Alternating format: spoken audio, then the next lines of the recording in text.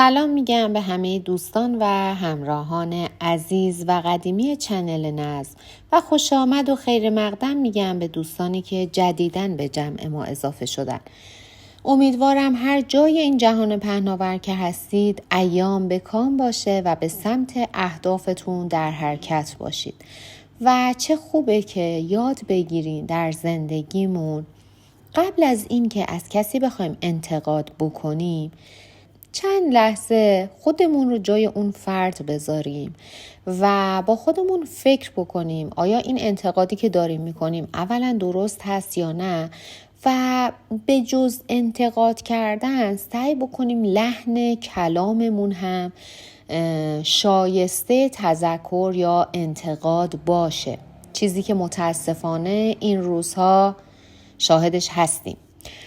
با هم آماده میشیم برای گرفتن فال امروز. هر نیتی که در ذهنتون هست، نیت کاری، تحصیلی، احساسی، فرزند، هر نیتی که دارید انجام بدید. تا چند ثانیه دیگه میریم سراغ دیوان و من غزل و تفسیرش رو براتون میخونم.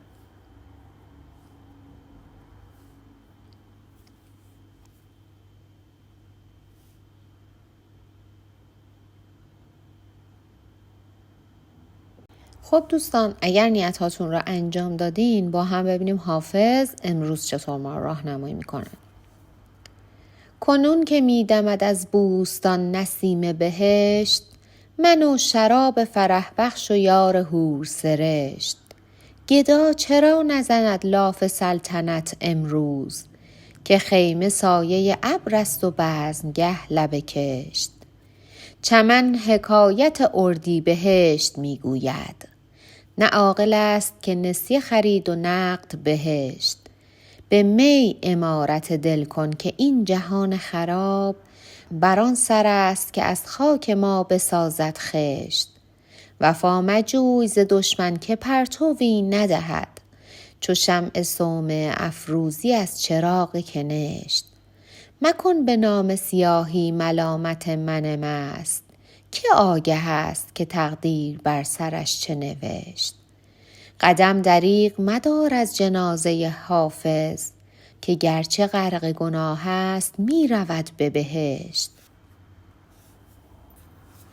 خب دوستان، به نظر میرسه این غزل حافظ در ماه اردیبهشت و در سالهایی که دوره کمال زندگی ایشون بوده در کنار سبزه و لب جوی سروده شده.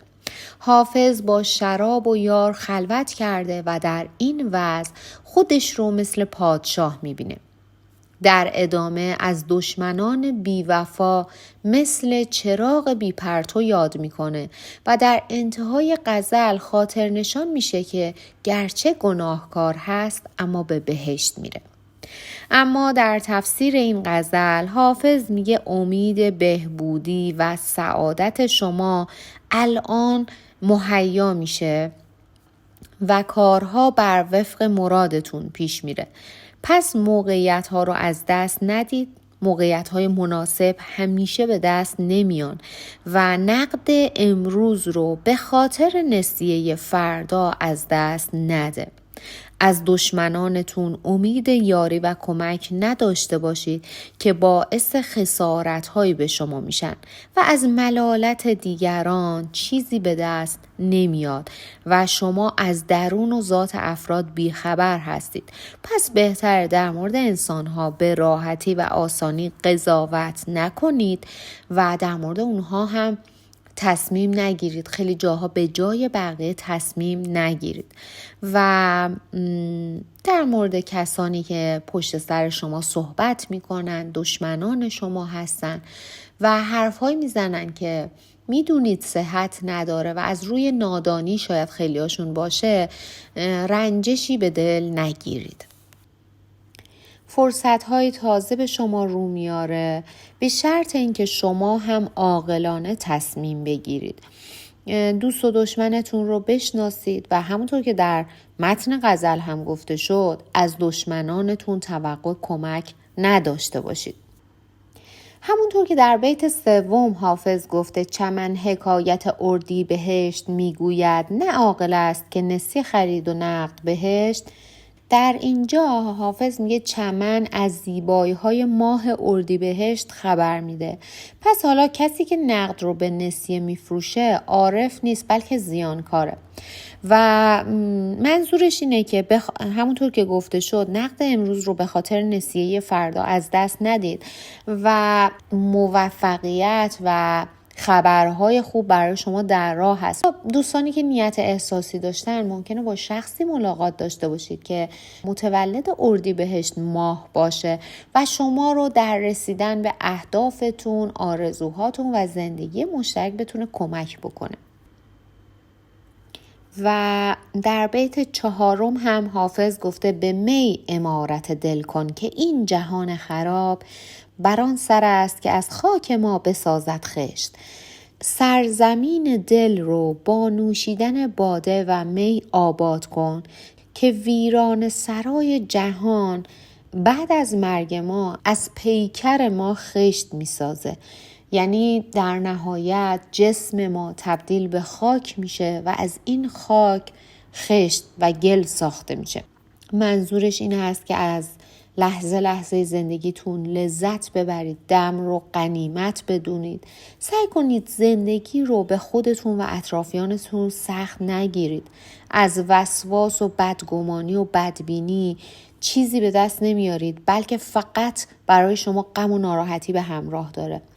بهتره یک مقداری به اوضاع مسلط باشید. خیلی همه چیز رو به خودتون و اطرافیانتون سخت نگیرید. دوستان اگر نیت خرید و فروش داشتید خرید توصیه میشه، اما زمان برای فروش زود هست، بهتر دست نگه دارید. و دوستانی که نیت کاری داشتن به زودی تغییراتی در شغل شما ایجاد میشه، یا تغییر شغل دارید یا پیشنهادهایی بهتون داده میشه، مقامی بهتون داده میشه که باعث تحولات کاری خوبی برای شما میشه. دوستانی هم که نیت ازدواج و طلاق داشتن باید بگم هم ازدواج هم طلاق برای شما عملی میشه. در ادامه حافظ میگه عیبجویی کار پسندیده نیست. هر کسی مسئول عواقب کارهای خودش هست و از ظاهر انسانها نمیشه به باطن اونها پی برد و کسی از باطن دیگری خبر نداره. پس شما هم بهتر از تجربیات مفید دیگران استفاده بکنید و بهتر در زندگیتون دنبال عیبجویی از دیگران نباشید. همش ایرادات دیگران رو نبینید.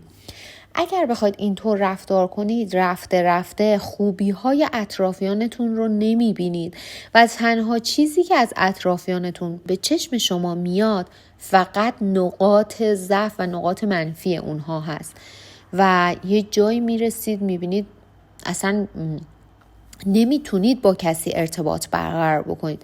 رفتارهای بد اطرافیانتون در شما نفوذ کرده، فقط بدیهای آدمها رو میبینید، از نظر شما اونها آدمهای بدی هستن و نمیتونید رابطتون رو با افراد ادامه بدید و این باعث میشه که به مرور زمان به فرد بدبینتری تبدیل بشید و علاوه بر اون رفته رفته آدمها رو از خودتون دور میکنید. بهتر خوبی‌های دیگران رو ببینید، چون گل بی‌عیب به قول معروف فقط خدا هست. هر کسی نواقصی داره که میشه با لطافت، با مهر، با بیان خوش بهش گوش زد کرد تا اون رو برطرف بکنه، بهش کمک کرد تا اون رو اصلاح بکنه. همونطور که همه ما در شخصیتمون، در وجودمون نقاط منفی داریم، این در بقیه انسان ها هم وجود داره. هیچ کسی رو پیدا نمی کنید که آدم کاملی باشه، بی نقص باشه. انسان های خوب افرادی هستند که آدم ها رو با خوبی ها و بدی هاشون قضاوت نمی کنن و حافظ میگه سعی کنید از امر و نهی کردن و دخالت در تصمیمات دیگران دوری بکنید. سعی کنید تا کسی از شما درخواست نکرده، تا کسی از شما نظر نخواسته شما دخالت نکنید. و در انتهای این غزل حافظ بهتون میگه سعی کنید از خودخواهی، خردگیری، وسواس و تقلید دوری بکنید، چون این خصلت‌ها انسان رو از حقیقت دور میکنن. خوشبختانه شما به این امور توجه دارید و سعی میکنید که از این اعمال دوری بکنید، پرهیز بکنید. اما در این بین بعضی از افراد هستن که قصد تخریب شما رو دارن، با همین رفتارها، خردگیری از شما، با ایراد و انتقاد از شما قصد دارن شما رو تخریب بکنن، چون خود اونها از وضعیت خوبی برخوردار نیستن. روحشون آلوده است، انسان‌های ضعیفی هستن از نظر ذهنی و به همین دلیل دنبال خراب کردن شما هستن. اما در مورد شما خوشبختانه به نتیجه نمیرسن. نگران اهدافتون نباشید، در مورد نیتی که دارید، در مورد کاری که قرار هست انجام بدید، شما با زیرکی، با متانت و هوشتون ادامه بدید و به حرفهای حسودان گوش ندید. مطمئن باشید که موفقیت در چند قدمی شما هست و خداوند نظاره‌گر تلاش‌های شما هست و اجازه نمیده که حسودان مانع پیشرفت شما بشن. نگران نباشید و پرقدرت به سمت اهدافتون ادامه بدید. دوستان عزیزم، امیدوارم بهترین های خداوند براتون رقم بخوره و نگاه زیبای خداوند همراه شما و زندگیتون باشه. ازتون ممنونم که امروز هم وقتتون رو در اختیار من گذاشتید و با من همراه بودید.